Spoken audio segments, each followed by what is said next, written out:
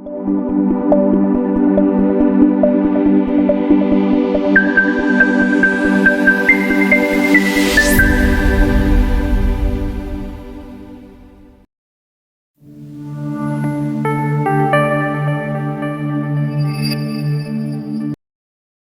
الرحمن الرحیم۔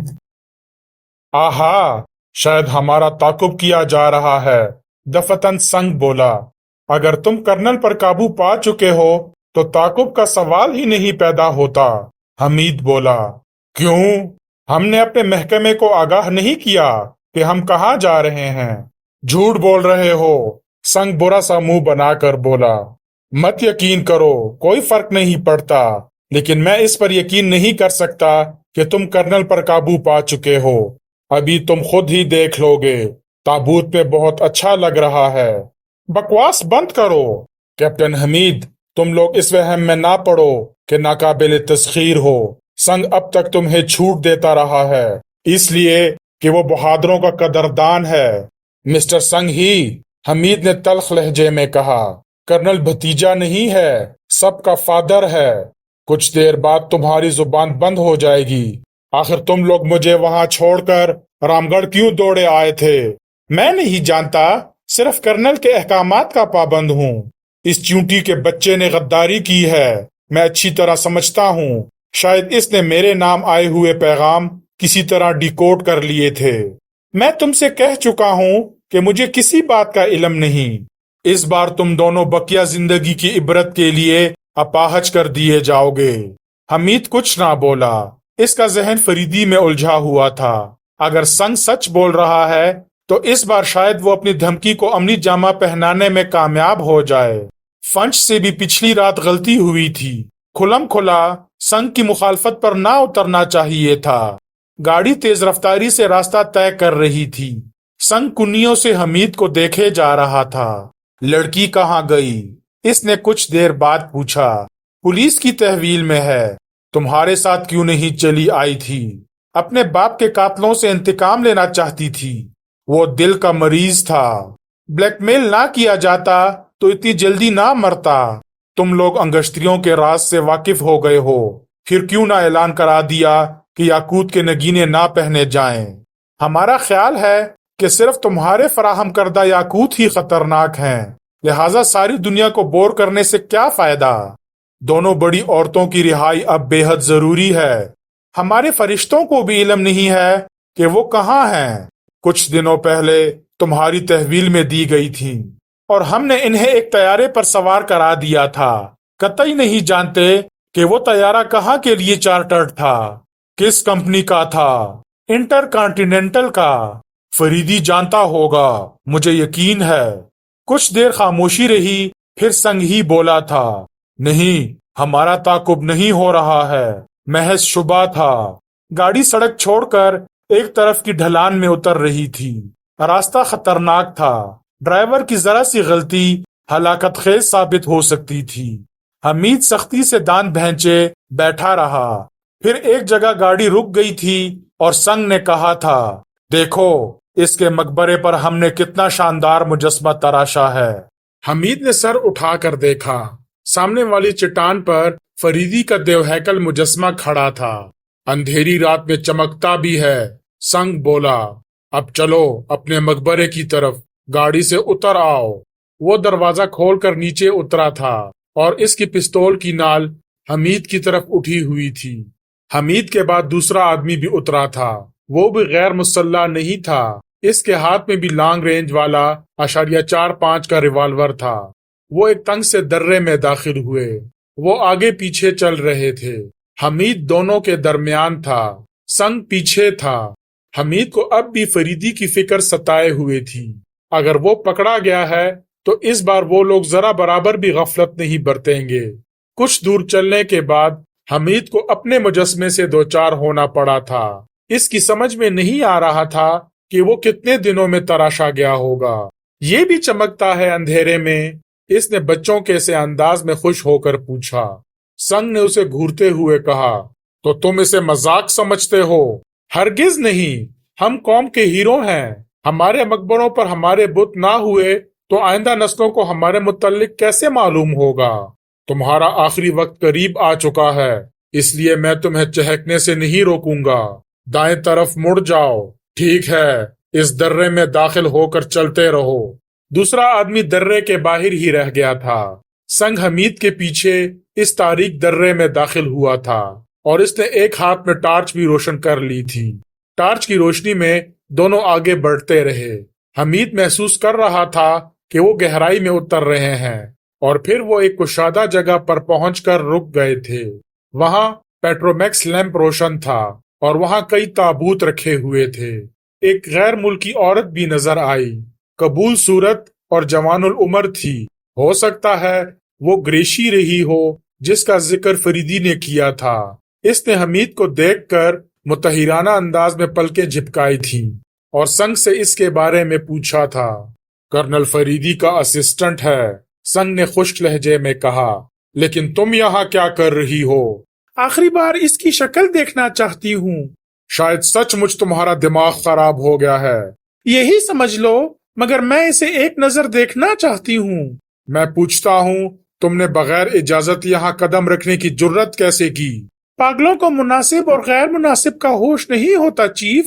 چلی جاؤ یہاں سے۔ میری آخری التجا، پھر کبھی نہیں کہوں گی۔ اچھا، یہ لو کنجی اور اس تابوت کا کفل کھول کر ڈھکنا اٹھاؤ۔ عورت بتائے ہوئے تابوت کی طرف بڑھی تھی۔ اس میں کفل ہے کہاں؟ اس نے تیز آواز میں کہا۔ سنگ جھپٹ کر آگے بڑھا تھا لیکن پستول کا رخ حمید ہی کی طرف تھا۔ ڈھکنا اٹھاؤ، اس نے عورت کو حکم دیا اور ڈھکنا اٹھتے ہی وہ دھاڑا تھا۔ خدا غارت کرے تجھے کتیا، وہ کہاں گیا؟ مما میں کچھ نہیں جانتی چیف، اور یہ کفل ایسے تو نہیں ہے جنہیں تمہارے علاوہ اور کوئی کھول سکے۔ تمہیں بتانا پڑے گا۔ وقت برباد نہ کرو سنگ، تم ہوا کو گرفتار نہیں کر سکتے، لیکن تمہیں ضرور فنا کر دوں گا۔ یہ بھی ناممکن ہے سنگ۔ داخلے کے راستے کی طرف سے آواز آئی اور یہ فریدی ہی کی آواز تھی۔ اس نے پھر کہا تھا، اپنا پستول زمین پر ڈال دو، تم میرے مشین پستول کی زد پر ہو۔ سنگ نے خاموشی سے پستول زمین پر ڈال دیا جسے حمید نے جھپٹ کر اٹھا لیا تھا۔ تاریک راستے سے پھر آواز آئی، بس کیپٹن حمید، اسے باہر نکال لاؤ۔ چلو۔ حمید نے پستول کو جنبش دی۔ سنگ آگے بڑھا۔ دفتن پھر آواز آئی، اب آپ استاد ذہین خان سے ٹھمری سنیے، آجا آجا نہ جا پردیس رے، آجا آجا نہ جا۔ حمید نے اس کی جیب سے ٹارچ بھی نکال لی تھی۔ سنگ آگے بڑھتے بڑھتے رک کر بولا، یہ کیا ہونے لگا؟ چلو چلو دیکھیں کیا چکر ہے۔ حمید تاریک دراڑ میں ٹارچ کی روشنی ڈالتا ہوا بولا۔ پھر انہیں وہ چیز نظر آ گئی جس سے ٹھمری نشر ہو رہی تھی۔ یہ ایک کیسٹ پلیئر تھا۔ استاد سنگ، دفتن حمید بولا، یہ لو اپنا پستول۔ میں لعنت بیچتا ہوں اس ملازمت پر۔ کیا میں قربانی کا بکرا ہوں؟ سنگ اس کی طرف مڑ کر اسے غور سے دیکھتا رہا، پھر بولا، تم خود سوچو۔ نہیں، میں تنگ آ گیا ہوں اس آنکھ بچولی سے، حمید بولا۔ کیسٹ پلیئر سے ٹھمری بدستور جاری تھی۔ سنگ نے حمید سے پستول لے کر جیب میں ڈال لیا تھا اور کیسٹ پلیئر کو روک کر ٹیپ کو ریوائنڈ کرنے لگا تھا۔ اسے دوبارہ چلایا تو فریدی کی آواز آئی تھی، یہ بھی ناممکن ہے سنگ، سوال تو یہ ہے کہ وہ نکل کیسے گیا؟ سنگ جھنجھلا کر بولا، اور اس کیسٹ پلیئر کی موجودگی بتاتی ہے کہ یہی کہیں آس پاس ہی موجود ہیں۔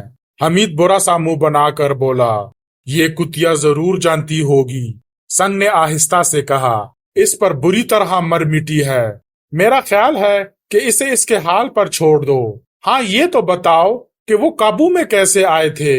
تمہارے نام پر کمرے کا دروازہ کھلوایا تھا، فلائنگ ہائپو کے ذریعے بے ہوشی کا انجیکشن دے کر میرے آدمی یہاں اٹھا لائے تھے، اور یہ عورت اس کے ساتھ تھی۔ مجھے تفصیل کا علم نہیں، کچھ دیر پہلے وہ اسی تابوت میں بے ہوش پڑا تھا۔ بہرحال اب تم پر دو طرف سے حملہ ہوگا، فن سے بگاڑ کر اچھا نہیں کیا تم نے۔ تم تو بالکل ہمدردوں کے سے انداز میں گفتگو کر رہے ہو۔ سنگ کا لہجہ تنزیہ تھا۔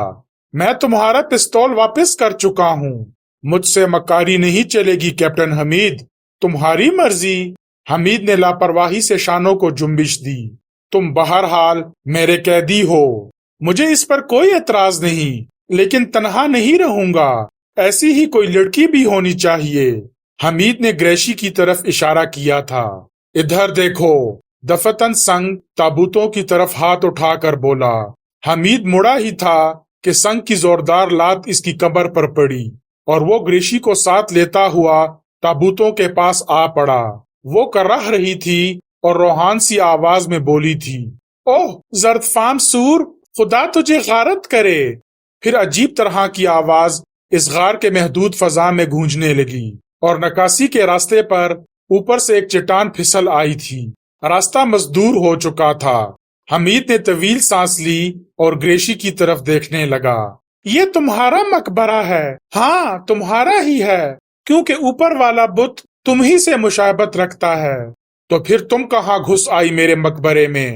ناراض ہونے کی ضرورت نہیں خوبصورت آدمی، ابھی وہ آئے گا اور مجھے اپنے مقبرے میں لے جائے گا، اور تمہارے لیے کوئی اور آئے گی، یعنی کہ میں تنہا نہ رہ سکوں گا مقبرے میں بھی۔ کیا تم اسے اپنی خوش قسمتی نہیں سمجھو گے کہ ایک عورت بھی تمہارے ساتھ دفن کی جائے گی؟ مجھے عورت کے ساتھ دفن ہونے میں کوئی اعتراض نہیں، لیکن دفن کرنے سے پہلے اس کی زبان کاٹ دی جائے تو زیادہ بہتر ہوگا۔ بھلا گونگی عورت کس کام کی؟ تم یقیناً پاگل ہو۔ اچھا بس اب خاموش رہو، میں ذرا ان تابوتوں کا جائزہ لوں گا۔ ایک مقبرے میں ایک سے زیادہ تابوت برداشت نہیں کر سکتا۔ دوسرے تابوت مقفل نہیں تھے۔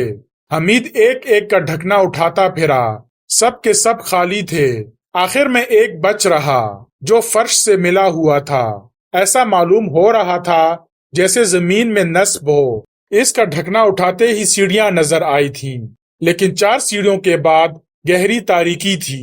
چلو چلو، ٹارچ ہے نا تمہارے پاس؟ اتر چلو، میں تمہیں اپنے ڈیڈی سے ملواؤں گی۔ خدا کی پناہ، تم ہی کیا کم تھی کہ ڈیڈی کو بھی اسی مقبرے میں اٹھا لائیں۔ یہ مقبرہ ہے یا سسرال؟ چلو، فضول باتوں میں وقت نہ ضائع کرو۔ وہ کہہ رہا تھا کہ میرا اسسٹنٹ بہت بکواس کرتا ہے۔ وہ ہے کہاں؟ شاید ڈیڈی ہی کے کمرے میں ہو۔ تمہاری چھوٹی بہن بھی تو نہ ہوگی وہاں؟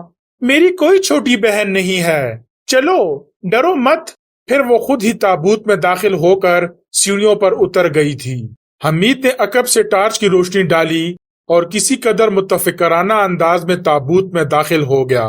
18 زینے طے کر کے وہ نیچے پہنچے تھے۔ فرش پر پرانا قالین نظر آیا۔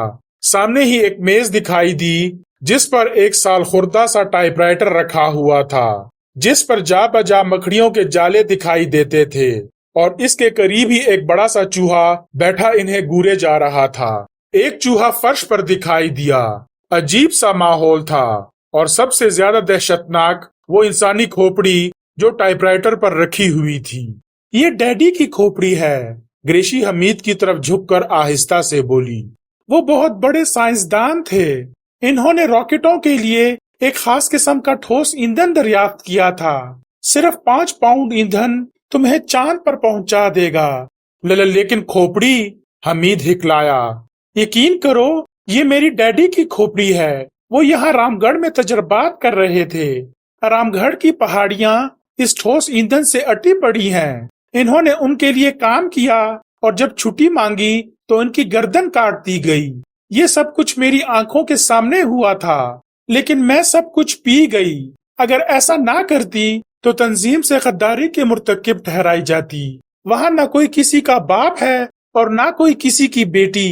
سب تنظیم کے کل پرزے ہیں، لیکن کیا میرے دل نے اسے تسلیم کر لیا ہے؟ نہیں نہیں، میں ان کے خون کی پیاسی ہوں۔ میں اس کھوپڑی میں اس کا جیتا جیتا خون ضرور پیوں گی۔ انہوں نے تمہیں یہاں کیوں آنے دیا؟ ڈیڈی کے قتل کے بعد پہلی بار آئی ہوں۔ فریدی مجھے لایا تھا، پھر خود غائب ہو گیا۔ لیکن وہ تو تابوت میں تھے۔ وہ کوئی اور تھا، فریدی نہیں تھا۔ فریدی تو میرے ساتھ تھا۔ پھر اس نے اپنے ہم شکل کو تابوت سے نکالا اور اس سمیت کہیں غائب ہو گیا۔ تم سنگھی کی ماتحت ہو۔ وہ زرد فام دوغلا کتا یہاں ہمارا چیف ہے۔ تنظیم کی ساری عورتیں اس پر لعنت بھیجتی ہیں، لیکن کسی میں اتنی جرت نہیں کہ اپنی آواز بڑی عورت تک پہنچا سکے۔ بڑی عورت اس کی حرکتوں سے ناواقف ہے، ورنہ اب تک وہ موت کی آغوش میں جا سویا ہوتا۔ میرا یہاں دم گھٹ رہا ہے، اب کہیں اور چلو۔ اب کہاں چلوں؟ میں نہیں جانتی کہ اس تہخانے کے بعد کیا ہے۔ مجھے وہ جگہ بتاؤ جہاں سے سیارے کو کنٹرول کیا جا رہا ہے۔ کیسا سیارہ؟ گریشی نے حیرت سے کہا۔ میں نہیں سمجھی۔ مطلب یہ کہ اصل کام کہاں ہو رہا ہے؟ اصل کام تو اسی دن ختم ہو گیا تھا جب میرے باپ کا قتل ہوا تھا۔ تو کیا اب پہاڑوں سے ٹھوس ایندھن نہیں نکالا جا رہا؟ میں نہیں جانتی۔ یہاں تو اب تم دونوں کے قتل کا سامان ہو رہا ہے۔ تمہاری کھوپڑیاں بھی ٹائپ رائٹر پر سجا دی جائیں گی۔ کیا کرنل اپنے ہمشکل سمیت اسی تابوت میں اترے تھے؟ یقین کے ساتھ نہیں کہہ سکتی۔ اسے دیکھ کر میں اپنے حواس کھو بیٹھی ہوں۔ سرحد کے نقلی محافظوں نے اس بڑے بندر کو دیکھ لیا تھا اور اسے پکڑنے یا ہلاک کر دینے کے لیے دوڑ پڑے تھے۔ انہیں اس کے لیے خصوصی ہدایات ملی تھیں۔ جیسے ہی آس پاس کوئی بندر دکھائی دے، اسے یا تو گولی مار دی جائے یا پکڑ لیا جائے۔ بندر نے نشیب میں چھلانگ لگائی اور ایک پتلی سی دراڑ میں گھستا چلا گیا۔ ایک محافظ نے دراڑ میں فائر کیے تھے۔ بندر چٹان سے چپک کر کھڑا ہو گیا اور گولیاں شاید اس سے صرف 1 انچ کے فاصلے سے گزرتی چلی گئی تھیں۔ پھر وہ واپس چلے گئے تھے۔ دراڑ بالکل تاریک اور اتنی تنگ تھی کہ کسی نے اس میں گھسنے کی ہمت نہیں کی تھی۔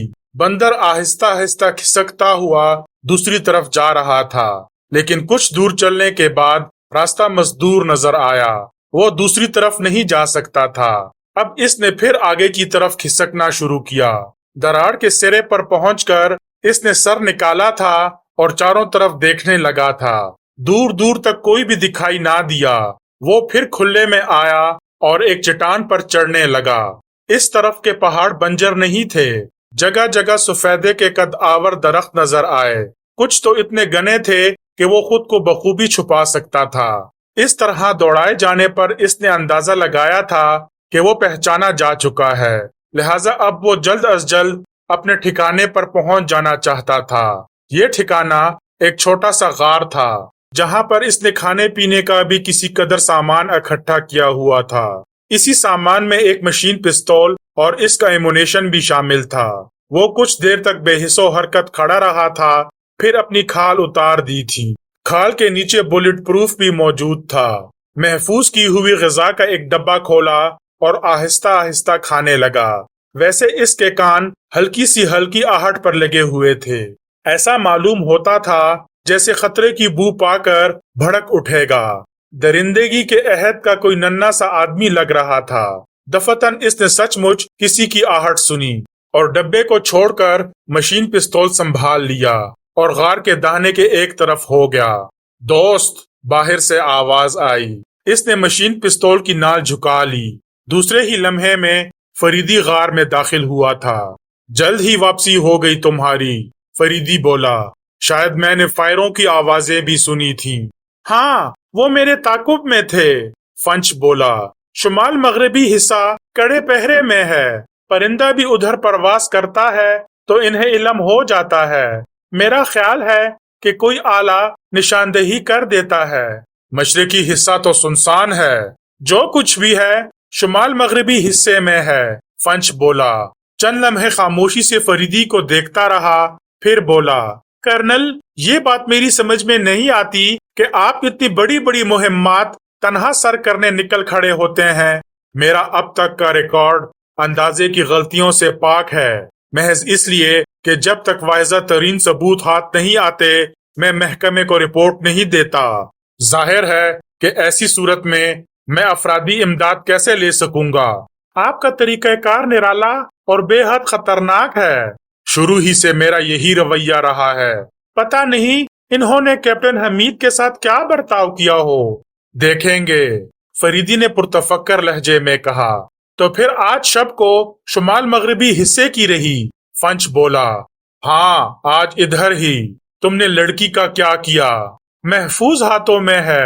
اگر میں نے 3 دن تک اس کی خبر نہ لی تو وہ متعلقہ سفارت خانے میں پہنچا دی جائے گی، فنچ بولا۔ اور وہ لڑکی جو آپ سے ٹکرائی تھی، وہ بھی ایک مظلوم لڑکی ہے اور ان سے انتقام لینا چاہتی ہے۔ انہوں نے مجھ پر ہاتھ ڈالنے کے لیے اسے چارہ بنایا تھا، لیکن اب وہ میرے لیے کام کر رہی ہے۔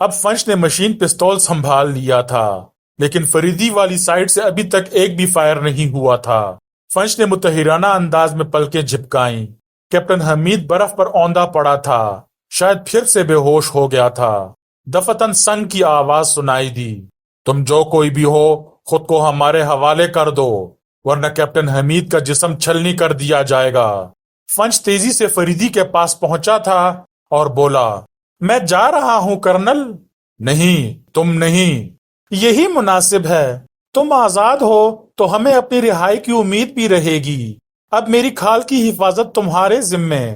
فنچ نے کہہ کر بڑی پھرتی سے بندر کی کھال اتاری تھی اور فریدی کے حوالے کرتا ہوا بولا، یہ لو، اپنا سروس ریوالور بھی سنبھالو۔